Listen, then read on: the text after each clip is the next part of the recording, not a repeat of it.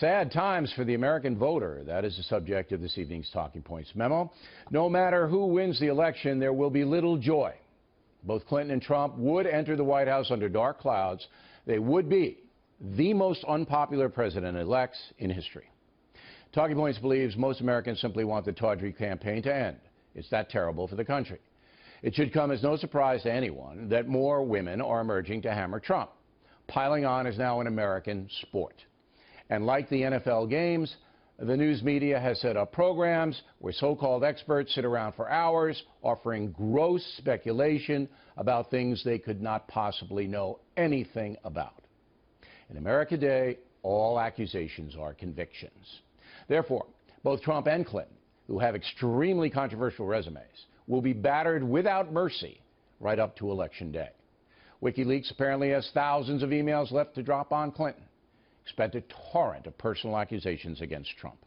The result, a diminished country.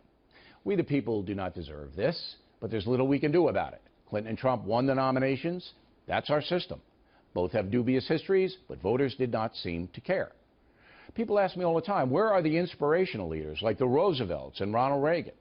The answer to that question is that most decent people don't want to be any part, they don't want any part of the internet gutter snipes and a press that celebrates scandal, condoning contrived or even dishonest attacks.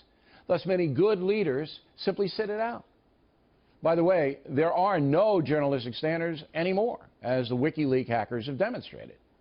The cold truth is our political system has devolved into a chaotic circus where candidates with the most money usually win.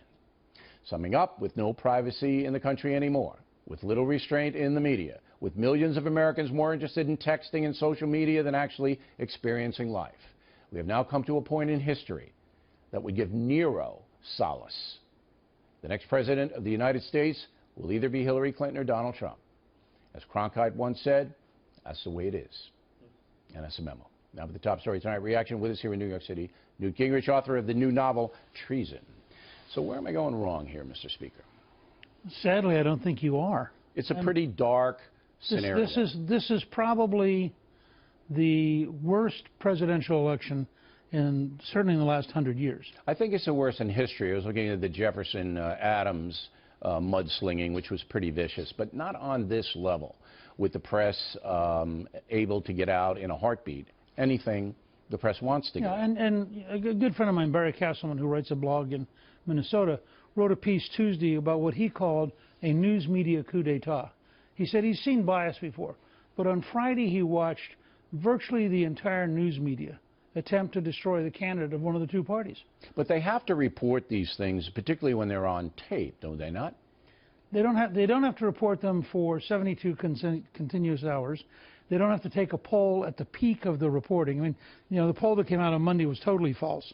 And the other part of it is they get to choose.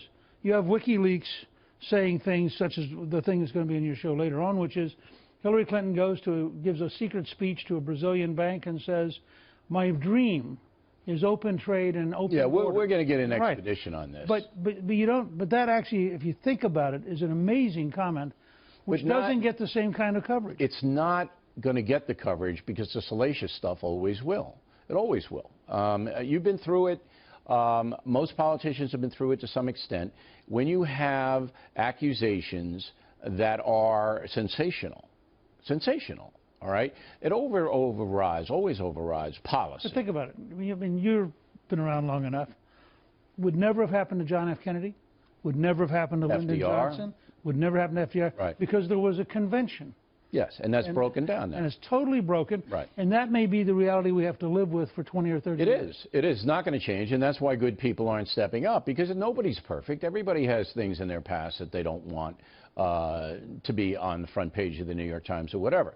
But there's a degree, and I do believe the press has a responsibility to bring the truth to the American people.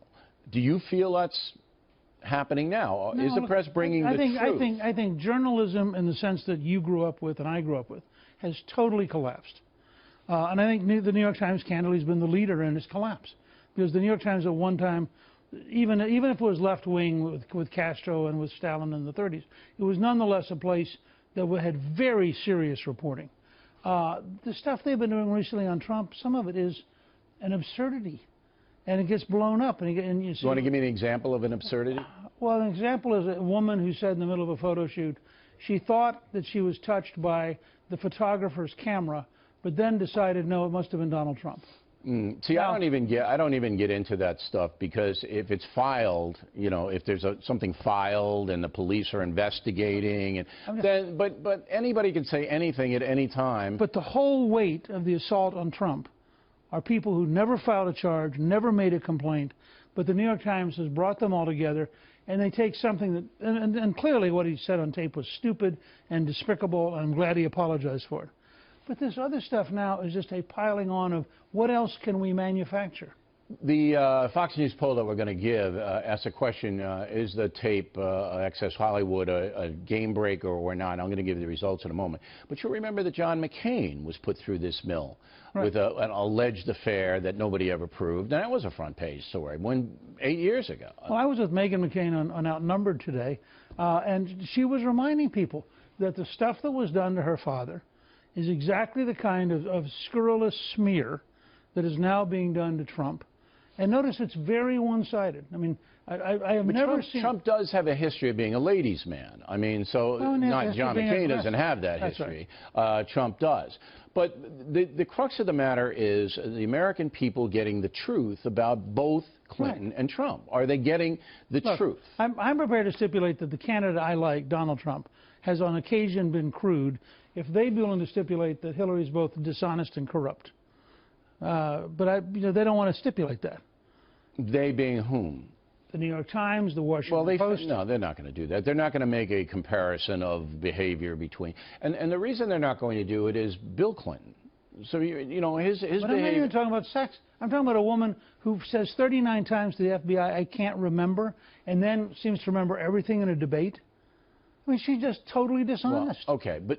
You may not want to render that judgment. I'm here as a guest. I'm rendering that judgment. All I'm going to say is that when you have an emotional campaign with people, being whipped up into a frenzy for one reason or another, then you lose all clarity. There's no clarity anymore. And my talking points was that both of these candidates now are damaged. They've been damaged by the media or their own actions. You the voter, you can decide that. But they're damaged people. I mean, the inauguration, is that going to be a celebration? Look, no. But also as a historian. Yeah. Okay. One of the chants in the late 18th, 19th century was, Mama, where's my pa? Going to the White House, ha, ha, ha. Yeah. Lincoln at one point was called a guerrilla. I mean, the news attacks on Lincoln were pretty good. It wasn't this kind of a national forum where everybody hears all of the terrible details. We're all going to have to grow into a world in which everybody has Facebook Live, everybody has YouTube, everybody has a personal camera. I mean, it's a different world. There's no privacy and there's no dignity anymore. That's for sure. Last question. The polls say Bill Clinton's personally popular. After all, sure. So it looks to me like we might be going like France, that personal behavior, conduct, doesn't really resonate that much anymore. That could be true. It's also a fact that Bill Clinton is one of the most charming people you and I have ever met. That is just it's a skill he developed in Arkansas. It's very real. He's very good at it. But I would suggest to you that his wife is not nearly as charming. And if you notice, all of these assaults have weighed her down. And I think has made this a much closer race than they thought it would be. All right.